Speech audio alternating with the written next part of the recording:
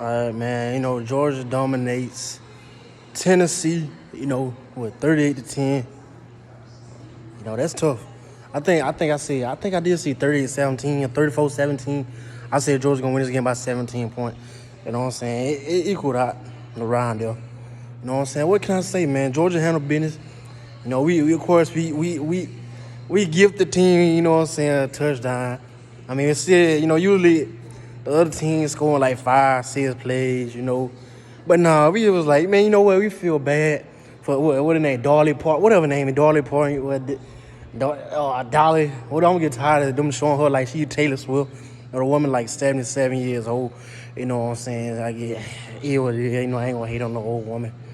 You know what I'm saying? But they showing her that was the only thing they could show about Tennessee in the game besides that first yard, that 75-yard run the first play, which like the stadium erupted.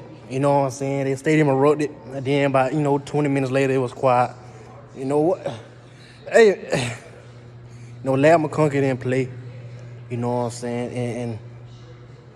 And we Georgia got away with one after seeing that Jordan Travis injury.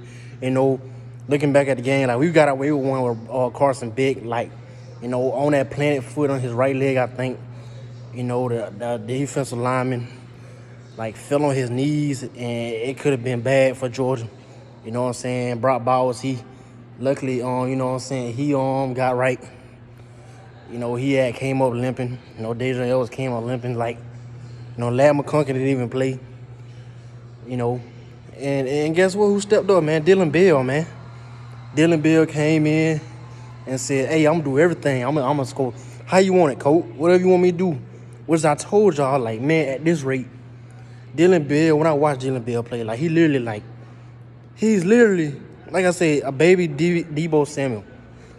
And like I know, what I'm saying, I ain't trying to be like, oh, he's just Deebo Samuel, but I'm saying like, the rate he's on, if he continue this, like he could do everything. Like he could play running back, He did everything in high school. I know that in high school, he played at a private school, because he played quarterback, wide receiver, running back, all in high school. But literally, he can do that. I ain't saying, but he can throw the ball decently, as shown. He can throw a 25-yard pass accurately, if ain't no pressure on him. But either way, I think he led the team in receiving yards, him and Marcus Rodman. But and we finally did what I said we need to do with Aaron Smith.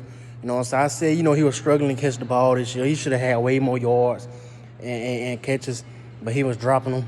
You know what I'm saying? But we finally did what I've been asking us to do all year. Give him a jet sweep and let him run the ball. You know what I'm saying? Let him take a jet sweep 30, 40 yards. And he did today. I think we got a 33-yard game. You know what I'm saying? Defense, I don't think I can say, like, we keep on giving up these first. Teams keep on scoring on the first possession, man. They 5 times, like 5 teams did what? South Carolina did it. Missouri, Florida. I was at the Florida game. Soon was like I was walking down to the rope, and then if they knew they had a touchdown, I was like, oh. You know what I'm saying? It's the Florida side of the rope. You know what I'm saying? Like what? Then we just had it. I do it today. Tennessee was like, we gonna score on 75, first play off a run. Not even a flea flicker. No flea flicker. It wasn't no, you know what I'm saying, no crazy shenanigans. It was just straight up the middle, inside zone, 75-yard. Tyke Smith or whatever, and Javon Bullard took a horrible angle. And the rest was history. After the end, Tyke Smith made play after play after play. You know what I'm saying? One play he bulldozed the wide receiver and got the tackle for loss. You know what I'm saying? Dalen Everett, you know what I'm saying? He's still going to give up some big plays. He's still going to give us some catches. But hopefully that get fixed. Like, I don't know what to say about him at this point. You know what I'm saying? Just to get better, hopefully. Kamara Lassiter's still a top 5 corner in the nation. Future first-round pick. It might be top 20 pick at this rate. You know what I'm saying? Top 15 pick. What can I say? Georgia defense still doing what they do. Offensive line looking great. You know what I'm saying? That's all I was really looking at in this game was the offensive line. Because I knew Tennessee had a pretty good defensive line. And anytime you in a hostile environment, like your offensive line most likely gonna move like half a split second slower than they would at home most times. This is how it is because you're trying to fight the crowd, and you got D-line sending blitzes, and they did pretty good. Like Kendall Milton, of course, he picking up blitzes, which is that's huge. He picking up blitzes and all that, And in this game, I know, like our defense, it got to get better because I know Tennessee didn't have the best personnel, for Georgia. And Joe Milton, like, messed up on a lot of throws. But at the same time, Georgia messed up on a lot of throws, too. Carson Beck, Oscar Dale dropped that pass on third down, He could have had 300-yard game. He could have had 300 pass yards in the game. I think he was at 298, 3 touchdowns. He did everything he could do. It's a couple throws. I wish he could get back, And that was definitely holding. At first, I didn't think it was holding as much. But clearly on the replay, when you see from the other angle, like, dude had Aaron Smith, like, put you know what I'm saying? Like, come on, Tennessee fan, don't do that. And I would say on that Smile Monday, fourth down, that was holding. He had him hooked. He grabbed him, but that's tough. But also, Tennessee was doing a lot of holding too, But that was more hurtful because Tennessee needed a touchdown badly, It did. I think the kicker tried to kick the field goal. They missed it. Either way, it was just a bad game for Tennessee. Back-to-back embarrassing blowouts, And Georgia came 28, tied the record with Alabama for 28 consecutive wins in a row. And we got Georgia Tech on the 29, Alabama SEC Championship, hopefully 30. And then the first round playoffs, semifinals, 31, national championship, 32. Baby, let's get it, man. Them dogs looking good, Offensive, they don't say. Hopefully Tate Rattler's. I heard Tate Rattler's okay. You know what I'm saying? He had got injured too. And you know what I'm saying? Like, that's tough. Luckily though, hopefully, Ladd McConkey, he's okay. They say his back stiffened up on him, and he couldn't really move like he wanted. Hopefully Brock Bowers okay.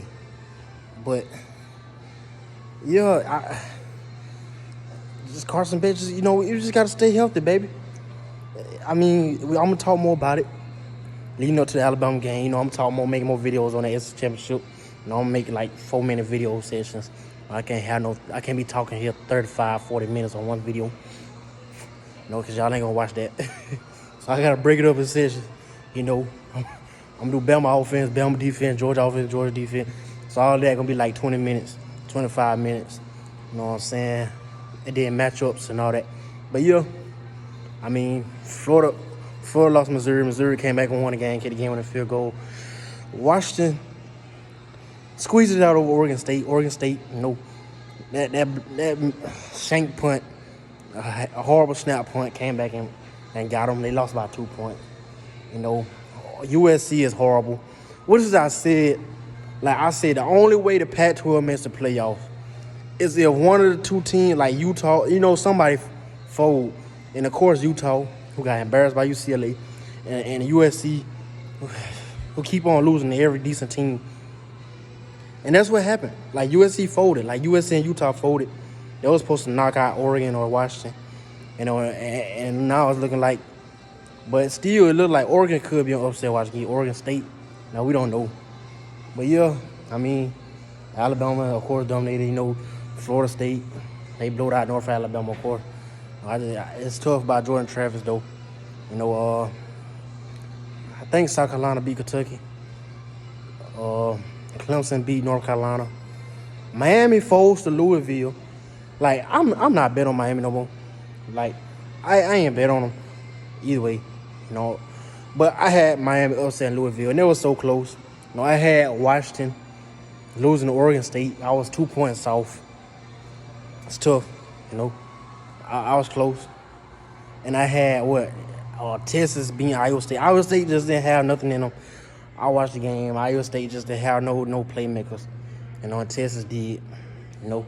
I think they won 26-16. Iowa State just didn't have no perimeter players for Texas, you know. So I don't know how this gonna go. No, as long as Georgia handle business, I'm gonna do more videos. Now I can do videos about Ohio State and Michigan. It's here. Ohio State, Michigan is here. No, and Auburn. I ain't even gonna talk about Auburn right now. I'm gonna make a short video after this. Hey, go Dogs. I'm out. I'm finna talk about Auburn right after this.